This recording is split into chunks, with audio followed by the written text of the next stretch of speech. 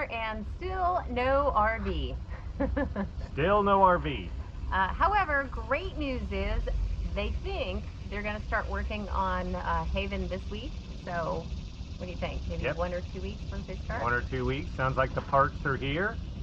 So, it is what it is. Can't change that. But we have decided that we are going on another excursion, getting ready for our trips, our schedule this year, RVing. So we are going kayaking. Woohoo! All right, so Paul's awesome DIY project, we are going to show it in use today. Right, we showed it in the last video of how you make it, and now we'll show it in use and how awesome it is.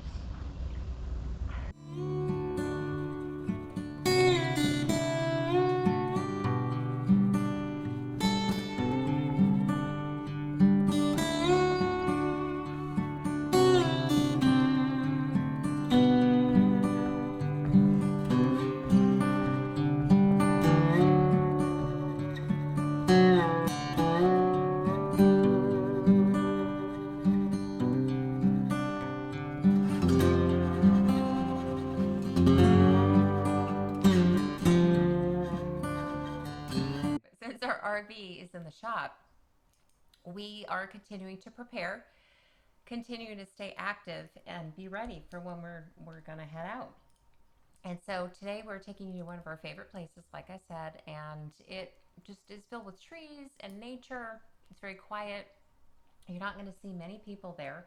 And we'll kind of show you what that is. And we want to just tell you that look around where you live. Like sometimes when things happen and you can't go in your RV, you'll be surprised at what you could find just a few miles down the road.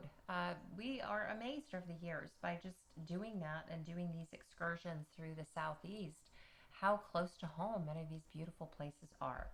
So here we go. It's amazing.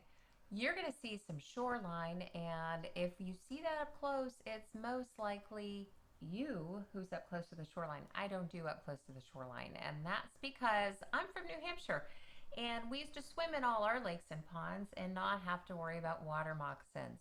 And I have seen water moccasins hanging on the little branches close over the shore, and they're there. And in previous videos, I have said I don't mind copperheads. I see them on our property all the time. But water moccasins to me are more aggressive and territorial, and I do not want to see one when I'm in a kayak. That would be bad. Although it'd be a great thumbnail. Be a great thumbnail. It'd be an awesome thumbnail, but hopefully it'll be you seeing it when it's coming out. You're also going to notice that there's an amazing breeze out today, and it is August. It's very hot in the southeast. However, as I was telling some friends the other night, that you got to just kind of take a moment and listen. And in the air and out there, you can kind of feel spring, fall is kind of on its way. And look at the trees, the colors are starting to change.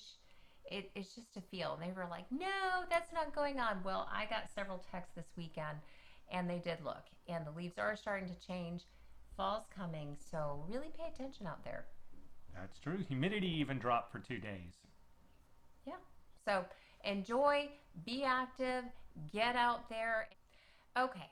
So when talking about, I'm going to bring some teaching into this. When talking about the 5 W's, the why is kind of harder for our students to learn. The where, what, who, and when, that's pretty easy. And so we're going to talk about why we do this. A friend that I ran into the other day, I hadn't seen her in years, said, well, why are you doing this? And we just said we feel like we have something to share. And what that is getting out there for a better life every day. What it means in our definition is health is wealth. And a big impetus to us doing this is Paul's health. And instead of telling you, hey, do this, do that, we're trying to show what has worked for him. So you might want to. Right. About 2.5 years ago, 3 years ago, had intense hip pain. Went to an orthopedic surgeon. He said, well, as soon as I give you if I end up giving you a shot in your hip, then you're going to be a candidate for hip replacement. I'm like, I'm a little too young for hip replacement right now. So did a lot of research, did a lot of work, and came up with a good answer just to understand how much pain I was in. I could walk about 100 yards, and then I have to turn around and come back home, go take the dogs out. I really couldn't take them for a walk, couldn't walk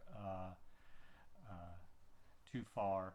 So began researching that and really began looking at foods that we eat that are inflammatory. Went to a non-inflammatory diet. Really, it's a healthy keto with some paleo mixed in, but normally keto. But I will eat carbs and stuff occasionally. But that has really helped. The inflammation has gone down. 2 years ago, we went to Yellowstone. I was able to easily hike 7, 8, 9 miles a day. He was ahead of us all. No problems. Yeah, so it was amazing to see that. I was just kind of eating like that, just naturally. I just kind of eat what I crave, and I was pretty much almost there, so it wasn't too much to change over. But I've just noticed a huge difference, and it was scary for us because I was very active, and I thought, oh no, what are we gonna do? And we're just gonna kind of have to change this up, and have to give this to Paul because he did all the research and just changed his diet, and it's amazing. He rides and cycles. What do you know? 150, Yeah, 120 to 150 a week. Mm-hmm. So we are not advocating that you go keto or you do this. This is just sharing that a better life every day for us was, hey, we got hit, or Paul got hit with some major health problems. So when I say keto, a lot of our friends were like, "Well, we can't do that. That's too much." So when they ask us, or what we eat, what we're doing, what we basically recommend to them is we started really watching FlavCity, and the just a great way to learn about what's in the ingredients, what's in food, what to avoid, what to look for. And it's baby steps. It's little by little, and then once you start getting rid of some of the processed stuff, you find that when you do have it you really notice how it makes you feel. And it's just important to us to make sure that we keep both of us healthy. But in particular, we've seen what it's done for Paul, and so that we can do these wonderful things. And RVing allows us to go out in nature. And I grew up in New Hampshire, and Paul grew up in Georgia. And I love being outside. I spend lots of time, as much time after work, etc., being outside. And so it's a way for us to go and meet people, make connections, be outside. And I think as we get older, we really notice that it has to be a priority. We also take a lot of meals on our RV trips. We're getting ready to start doing some prepping and planning for that.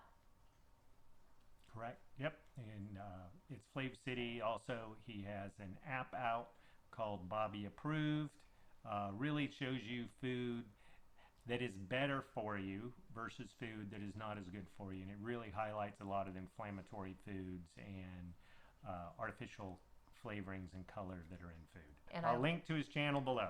And I will say, please don't forget to subscribe and just you like this video. We love comments. I will respond to those. But I do want to add in that I'm a huge baker, and we both cook. And what I found that I just modify recipes I like. I have a lot of Food Network recipes that I use.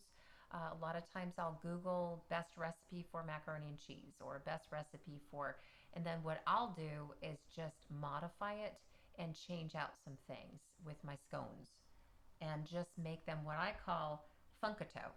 So fun keto. So I call those Funkato scones. Not really keto.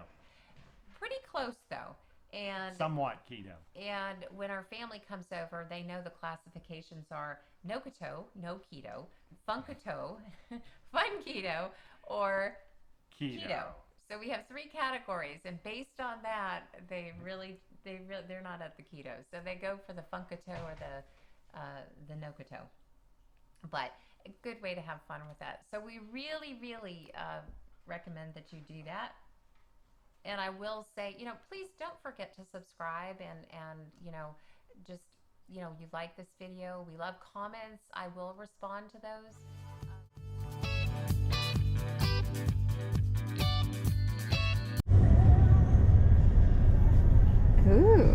Looking good.